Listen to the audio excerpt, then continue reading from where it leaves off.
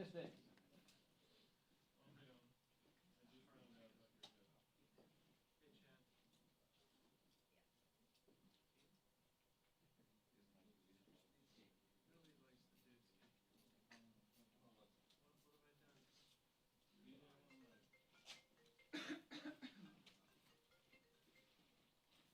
exactly,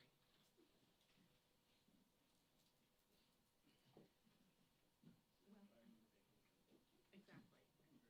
And then he's gonna hopefully make it over Pelosi. Well, the line to elect him is inside Pelosi's presser. So I think people go inside the door.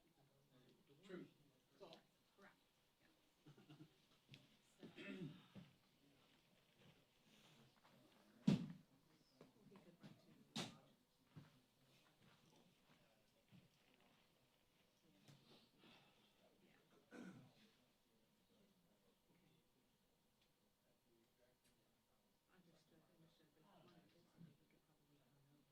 somebody, he could probably run over and just send Dennis a second. It would take him about a minute to swing by. Okay.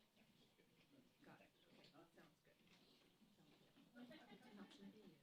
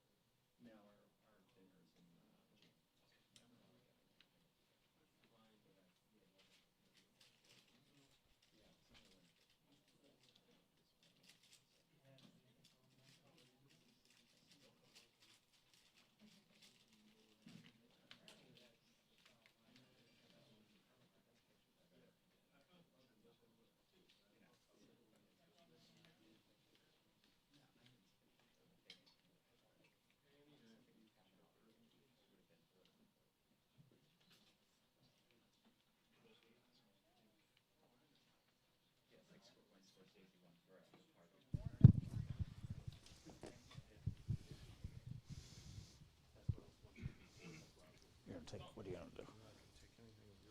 Okay.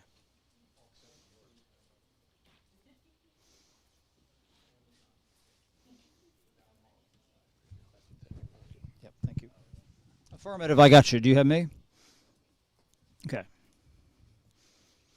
This is Chad. 1, 2, 3, 4, 5, 6, 7, 8, 9, 10. 1, 2, 3, 4, 5, 6, 7, 8, 9, 10. Is that good? Where do you want me to stand, Dave? Where do you think's best?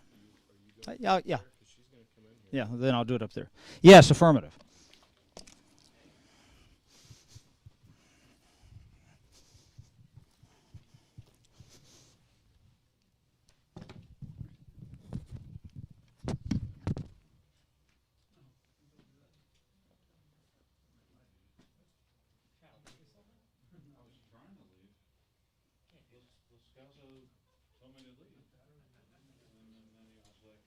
Not here, Dave? I'm in the Pelosi presser.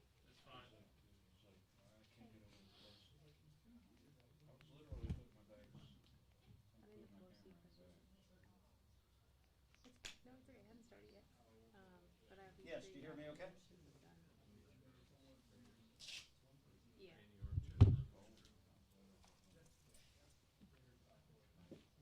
Uh-huh. Okay. Yeah, I'll text you when it's over. Yep. Okay. Bye.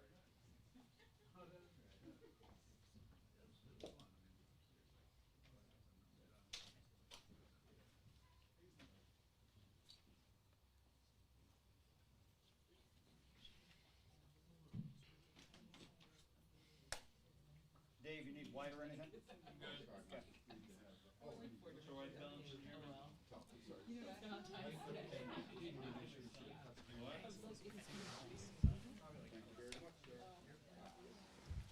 Take Casey.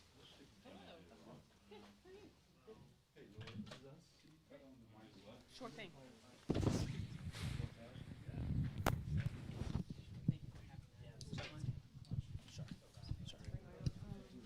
yeah, sorry. Good to see you.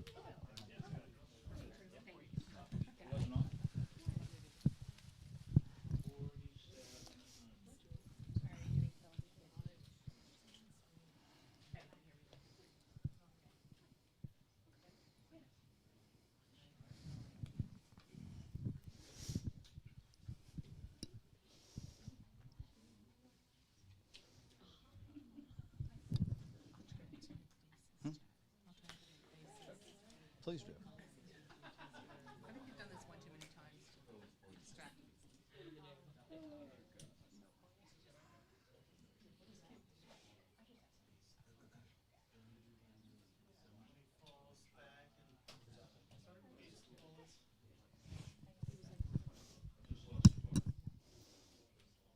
How's that?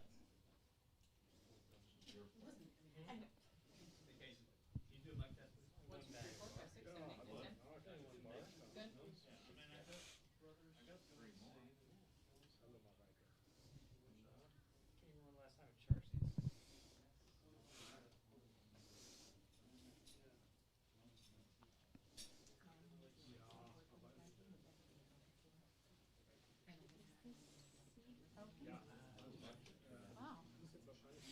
Great stuff.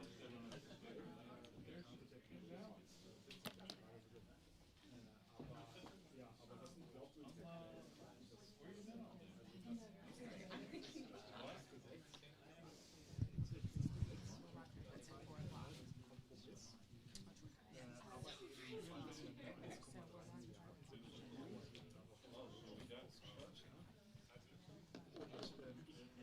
It'll be 2 minutes.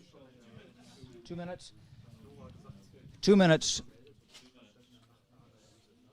Okay, 2 minutes to Pelosi here. If you want to come real quick, I'll stand right here till she comes in the room, okay?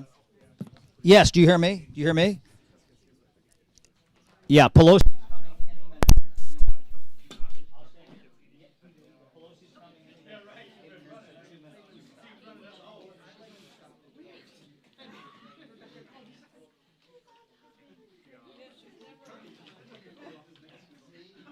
Hey, can you put me a PO with 2 minutes out? Can you tell the desk with 2 minutes out?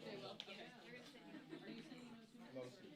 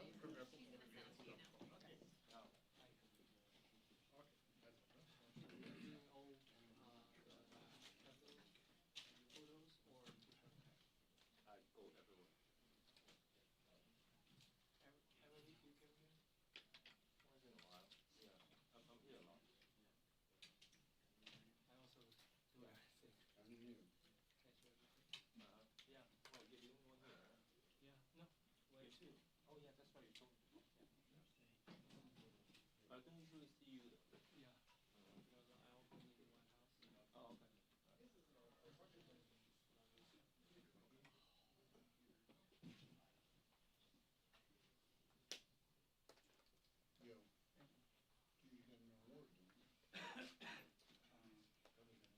Yep, absolutely. Yep. Yep. Yep. Yeah. Where is there a bunch of other reporters?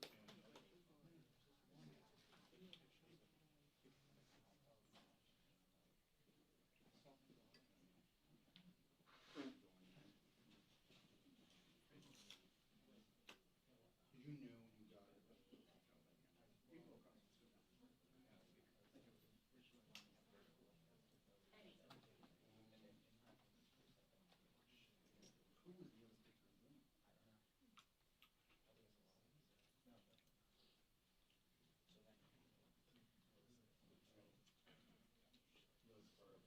like he was in glass.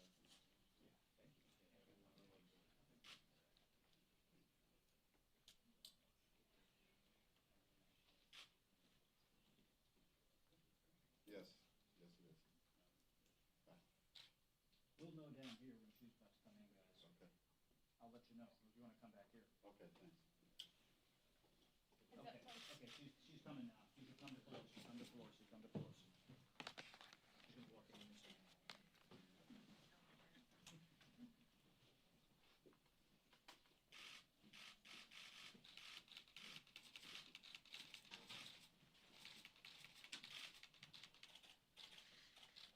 Good afternoon, everyone. Thank you for coming later in the day. As you probably are aware, this morning we celebrated the life of Chairman John Dingell at Holy Trinity Church in Georgetown.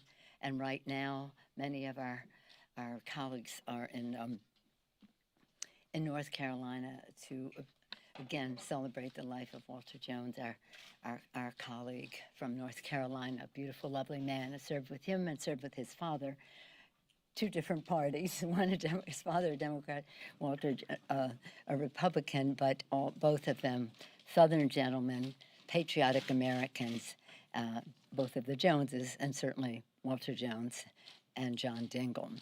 Today is also a day of sadness because it marks the 1-year anniversary of the Parkland tragedy of gun violence.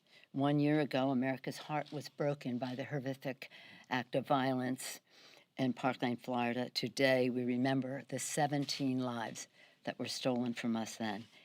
I'm very pleased that last night, this House Judiciary Committee under the leadership of Jerry Nadler and with the full participation of our members, took a strong step to end the epidemic of gun violence, and they advanced H.R. 8, the bipartisan common sense background check legislation. Our committees are hard at work. I'm very proud of our freshmen. I think I've said to you before that in this freshman class, we have 18 chairs of subcommittees. To contrast that to the another historic freshman class, the Watergate Babies, when they came in with all of the size and enthusiasm that they didn't have one subcommittee chair in the first year that they took office. So we're very proud that 18 of them have gavels. By all accounts from our chairman, they come enthusiastic, well-prepared, all of the members, and especially, of course, our subcommittee chairs. So we're very hard at work on our For the People agenda while we're waiting for the Senate to pass the conference report, the bipartisan, bicameral conference report, which I understand is imminent in the Senate, and then we'll vote on it later today. So that's real progress, I think, for us to have left it to the appropriators to make the decisions, come up with a bicameral, bipartisan bill that we can overwhelmingly support. But at the same time, we are working on our For the People agenda. For the People agenda, first and foremost, said it was going to lower health care costs by lowering the cost of prescription drugs. We've already had committees, the Ways and Means Committee and the Oversight Committee, Government Reform and Oversight Committee have already had hearings on the price of prescription drugs. Our second point in the For the People agenda was to lower healthcare costs, bigger paychecks by building the infrastructure of America. And again, last week, the Transportation Infrastructure Committee held a hearing with representatives of the private and public sector, the mayor of Los Angeles representing our nation's mayors, Governor Walz representing our governors, and others participating there. A third point For the People agenda is H.R. 1 to reduce the role of big, dark, special interest money in politics, lower voter suppression, and increase the voice of everyday Americans in our political system, to restore confidence in our political system. And we've already had an outside of Washington hearing under the leadership of Marcia Fudge in Brownsville, Texas, with great participation from our members, including our distinguished whip, Mr. Clyburn, participating.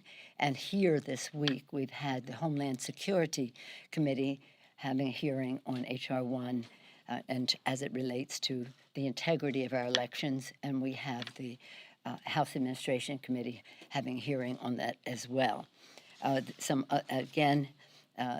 of our H.R. 1, 2, 3, the first 10 resolutions of the House, the first 10 bills, we're very pleased how we're advancing for the People agenda, but also H.R. 8, the gun violence prevention bill.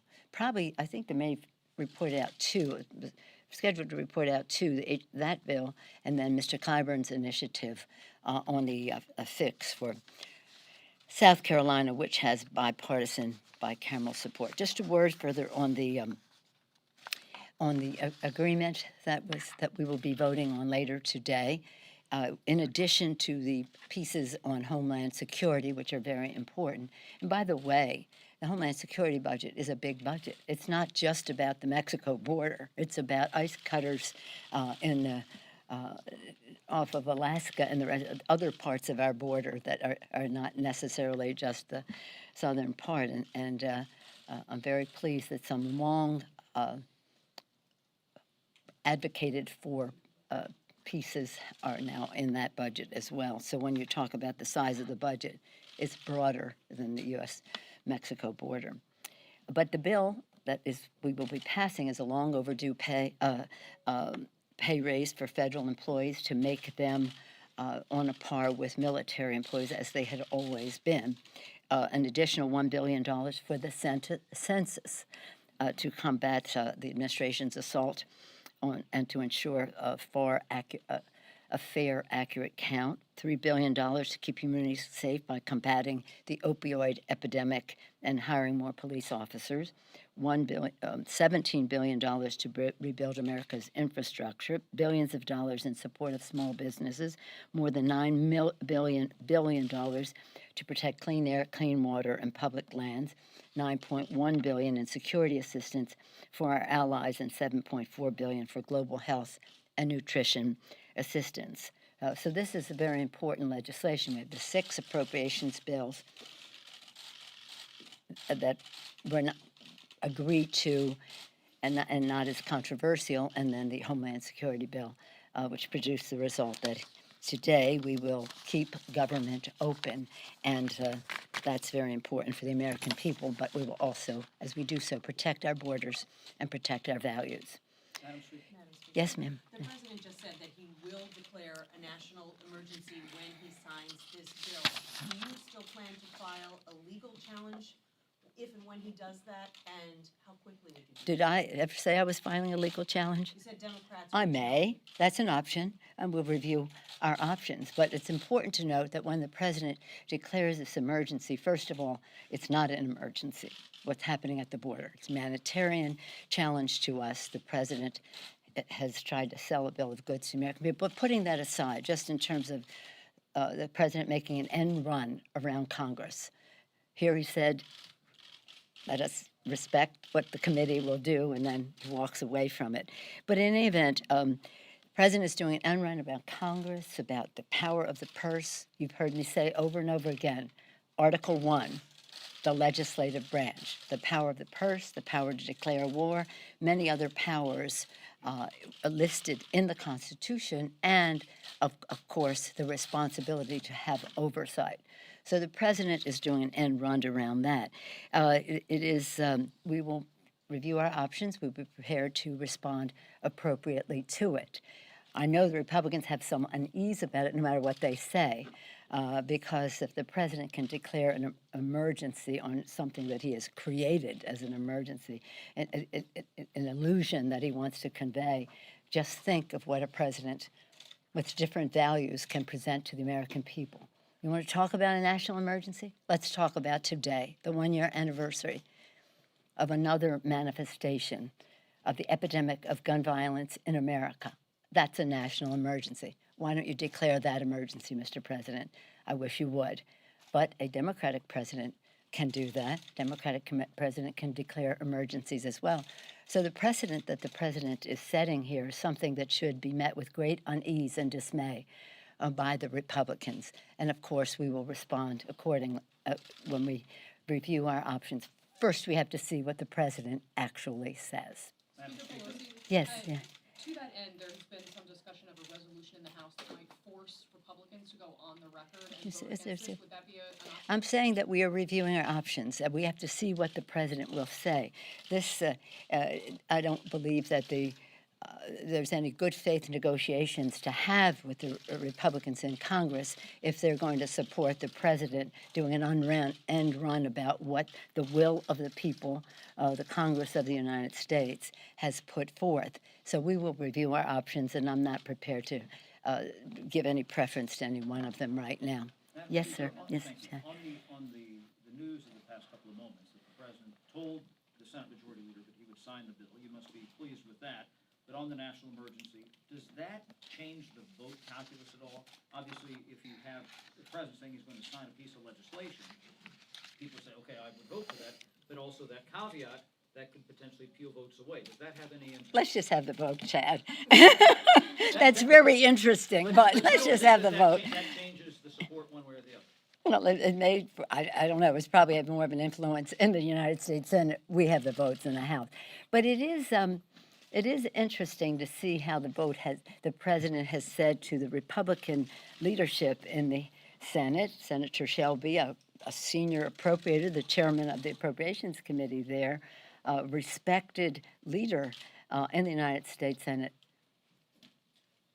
I don't have confidence in what you did, even though the president failed to convince the American people and their representatives in Congress of his position. But let's just see what the votes are. Who knows what the calculus is on the other side? I don't. Doesn't affect your side of the aisle. No. Madam Speaker, as far as the, Yeah, I'm sorry. gun control bill, or rather, the Yes. background check bill is concerned, you just said that a national emergency should Yes. be declared. Well, it could be declared. If he wants to talk about emergencies, that's a national emergency. That's something that you would like to see a president declare. No, I'm just saying a president could do that. If you want to go down that path, then let's look at what really is a national emergency. I'm not advocating for any president doing an end run around Congress.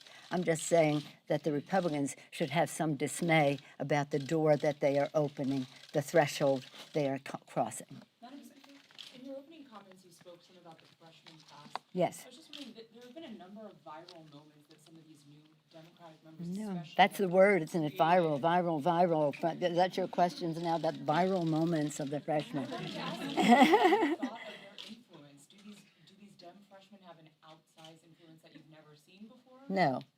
This is welcome to the Democratic Party.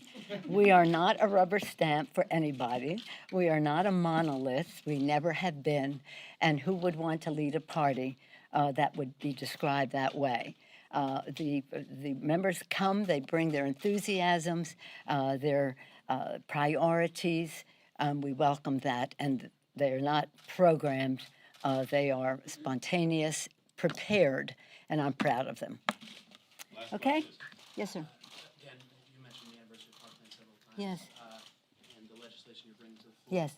Enjoys broad support. Yes. Other legislation to that end, not quite as popular around the country, although it's more popular among the Democratic caucus than probably ever.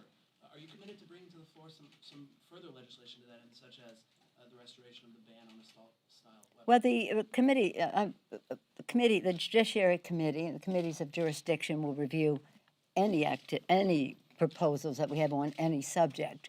And what they have prioritized, and we have, in addition to the committee, we have a task force headed up by Congressman Mike Thompson of California has worked in a bipartisan way to protect the American people.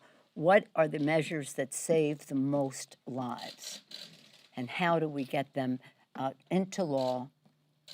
It's a proposal that turns into legislation, that it passes as law, that makes a difference in the lives of the American people. And it's up to the committee and the task force to make their proposals as we go forward. We do think that keeping guns out of the hands of people who shouldn't have them probably saves the most lives. Thank you all very much. Thank you. Oh, happy Valentine's Day. All we need is love and chocolate, right? What time are you voting? Can we still go to Valentine's Day dinner? That would be the hope.